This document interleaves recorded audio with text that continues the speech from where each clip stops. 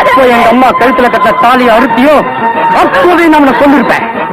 இது பார், எந்த கையால தாலியை அறுத்தியோ அதே கையால எங்க அம்மா காலை தொட்டு கும்பிடத்தான் போறேன். அதையும் நான் பார்க்கத்தான் போறேன். விஜய், உன்னை நினைச்சா எனக்கு ரொம்ப பெருமையா இருக்கு. மானம் உள்ள எந்த மகனும் நீ செஞ்சுதான் செஞ்சிருப்பா. ஆனா ஒண்ணுடா, அவனை சும்மா விடக்கூடாது. சட்டப்படி அவன் சொத்துல உனக்கு பங்கு இருக்கு. அவனை கோர்ட்ல நிக்க வைக்கிறோம். அவனோட கொடுமைகளை கோல்மகளை நாட்டுக்கு எடுத்து சொல்றோம். உன்னோட சொத்துக்களை வாங்கி காட்டுறோம்.